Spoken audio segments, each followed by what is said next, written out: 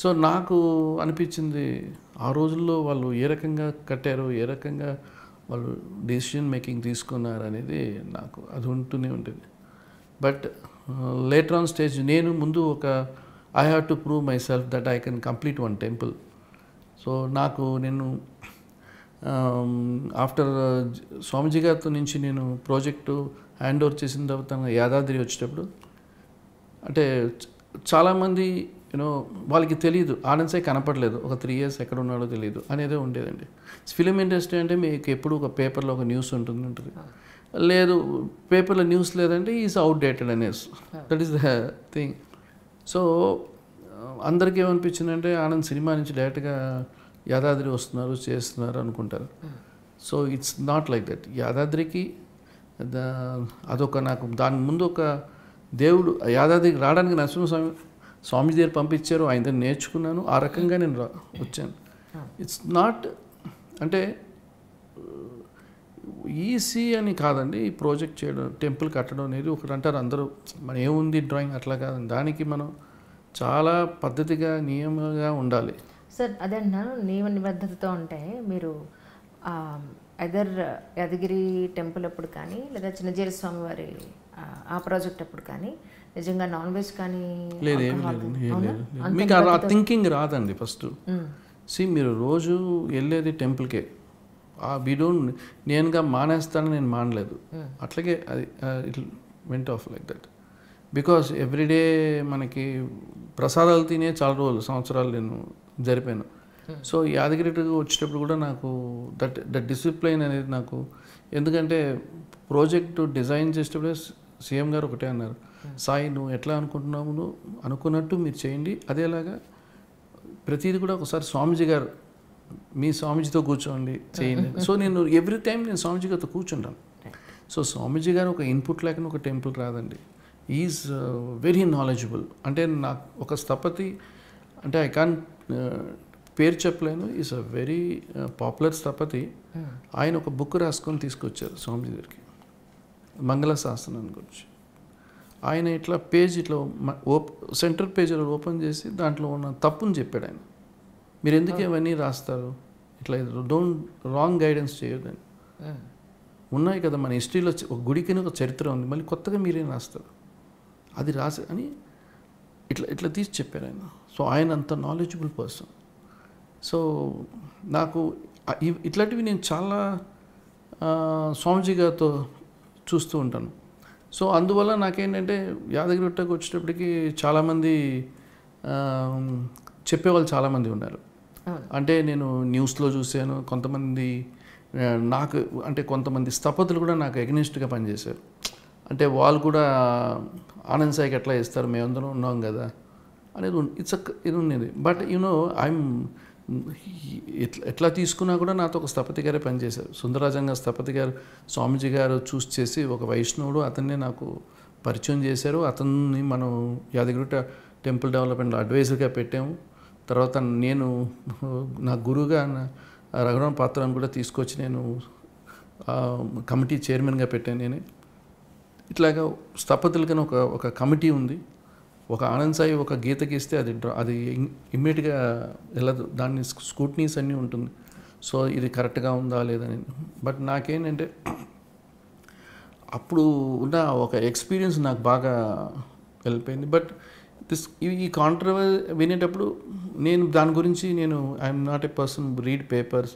నేను పేపర్లు చూడను, న్యూస్ చూడను, ఏది చూడను, ఇప్పుడు వరకు కాదు ఎప్పుడు చూడను. సినిమాలు చేసేటప్పుడు నేను చేసిన సినిమాలు నేను చూడను. సో నాకు ఈ రకంగా ఎవరో చెప్పిన వాళ్ళతో కూడా నేను ఎంటర్టైన్ చేయను. ముందు ఏమండి మన న్యూస్లో ఇట్లా అన్నారు, అవునా ఓకే. తర్వాత ఫ్యూ స్థపతీస్ ఆర్ కామెంటెడ్ లైక్ దిస్ అన్నారు, ఓకే విల్ ప్రూవ్ ఇట్. మనం వాళ్ళు నన్ను ఎంకరేజ్ చేస్తున్నారు, కరెక్టే, మేబీ నేను తెలుసుకోవాలి, నేర్చుకోవాలి. సో దేవుడు ఎందుకు నన్ను పిలిపించారు, నన్ను కట్టించమని ఏదో సంథింగ్ ఉంది. సో దాంట్లో 100% I have to say thanks CM గారు అండి. ఆయన నన్ను బిలీవ్ చేశారు, ఆనంద్ కంప్లీట్ చేస్తాడు. సో ఇంతవరకు ఏ న్యూస్ వచ్చినా కూడా ఆయన ఎప్పుడు నాకు పిలిపించి ఒక్క మాట కూడా అంటారు. సో నాకు దానివల్ల ఏంటంటే ఆ ప్రాజెక్ట్ తీసుకున్నట్టు నేను ఒకటే అనుకున్నా, మనం కంప్లీట్ అయ్యే వరకు వేరే ఏవి ప్రాజెక్ట్స్ తీసుకుని నాకు ఎన్నో ప్రాజెక్ట్స్ చేయమని వచ్చేవి. బట్ నాకేంటంటే ఐఎమ్ నాట్ ఇంట్రెస్టెడ్, ఎందుకంటే ఒక ప్రాజెక్ట్ మనం కంప్లీట్ చేయాలి అనే ఒక డెడికేషన్తో నేను ఐ ట్రావెల్డ్. అంటే మనకి టైం కూడా ఉండేది కదండి. ప్రతి ఒక పిల్లర్ అయినా సరే ఎట్లా ఉంటే బాగుంది. ఒక డ్రాయింగ్ చేసిన తర్వాత దగ్గర 4000 డ్రాయింగ్స్ చేసాం ఒక ఏడాది. సో ఏ రకంగా ఉంటే బాగుంటుంది, ఒక పిల్లర్ మనం డిజైన్ చేస్తే ఆ పిల్లర్ని మళ్ళీ మన ఎగ్జిక్యూషన్కి వెళ్తే ఆ శిల్పితో మనం ఎట్లా చేయించుకోవాలి.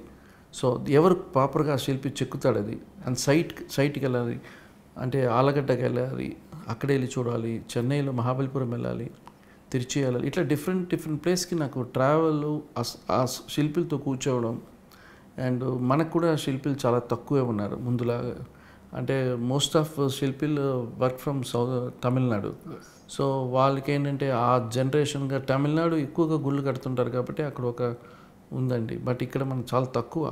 బట్ మనం తీసుకున్న టెంపుల్ అనేది ఐ కెన్ సే ఇట్స్, మనం ఎప్పుడు అప్పుడు అందరూ తిరుపతికిను యాదగిరి గుట్టకి కంపారిజన్ ఉండేది, మనం అట్లా కడుతున్నాం అనేది. అది ఎప్పుడు లేదు నాకు లేదు, సీఎం గారికి 100% లేదు. సీఎం గారు ఒకటే మాట, నువ్వు ఎట్లా అనుకుంటున్నావో యూ డూ ఇట్, ఆ ఫ్రీడమ్ నాకు ఇచ్చారు. సో నాకేంటంటే మనం ఏదో గుడి అందరిగా ఒక గుడి కట్టేసాం, దానికి ఒక ముఖ మండపం ఉంది, దానికి ఒక ప్రాకారం ఉంది, అట్లా దానికి కావాల్సిన ఆర్నమెంట్ ఎట్లా ఉంటే బాగుంటుంది. అండ్ ప్రతిదీ కూడా ఒక 0 లెవెల్లో కట్టే గుడి, ఇది 0 లెవెల్ గుడి కాదండి, కిందకి మళ్ళీ మెట్లు దిగాలి.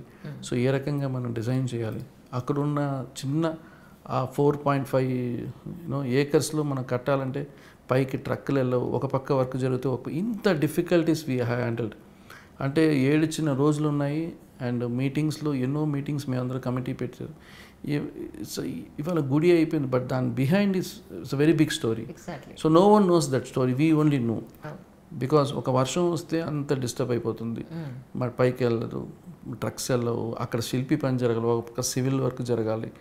సో వాళ్ళతో కోఆర్డినేషన్తో సర్వీసెస్, ఏసీ డ్రైనేజ్ కనెక్షన్ చేస్తాం, ఏసీ ఇవ్వాలి, ఆ యూనిట్ వెళ్ళాలి. ఇట్లాగా నేను ఒక గుడి కూడా కాదండి, ఆ గుడితో కంప్లీట్గా నాకు ఇచ్చారు ప్రాజెక్ట్. అంటే సీఎం గారు మిగతా వాళ్ళు ఇస్తే మళ్ళీ ఏమైనా చేసేస్తారు ఆ ఎలివేషన్. సో ఆ కొండపైన ఉన్నంత వరకు నేను తీసుకున్నాను, కింద వరకు నాకు ఇచ్చారు, బట్ నేను వద్దని చెప్పేసిన తర్వాత నా వల్ల ఫోకస్ చేయాలండి. Only I want to focus only temple. So so other areas and all roads and all day to RMB వాళ్ళు తీసుకున్నారు. నేను గుడి వరకు I want to focus. So ఈ రకంగా యాదగిరి టెంపుల్ ఎన్నాళ్ళ జర్నీ సార్ మీకు టోటల్గా? 8 years ఉంది. 8 ఏళ్ళు. మరి ఏ అదర్ ప్రాజెక్ట్ కూడా చేయలేదండి? లేదు. సో అంటే ఫస్ట్ మేము స్టార్ట్ చేసేటప్పుడు డిజైన్ నేను చేసిన తర్వాత అంటే దానికి ఉన్న స్థపతులు వాళ్ళు ఏమన్నారంటే, ఏముంది ఇది 1 సంవత్సరంలో కట్టచ్చు అన్నారు. అప్పుడు నాకు అనిపించింది 1 yearలో ప్రాజెక్ట్ అవుతుందా, సెట్టే అవ్వదు మనం వేస్తే అని అనుకున్నా. బట్ దాని తర్వాత మాకు 1 year డ్రాయింగ్స్ మీద అయింది. అంటే సీఎం గారితో కూర్చోవడం, సీఎం గారు ఇచ్చే ఇన్పుట్స్ తీసుకున్నా. అంటే గుడి కడితే అది మనం అందరూ దీని ఆర్కిటెక్చర్ గురించి దీని గురించి ఒక వాల్యూస్ ఉండాలి, ఏదో మనం గుడి కట్టామని కాకుండా. సో అప్పుడు నాకు అనిపించింది అంటే మనం కంప్లీట్గా స్టోన్లో చేస్తే ఎట్లా ఉంటుందని.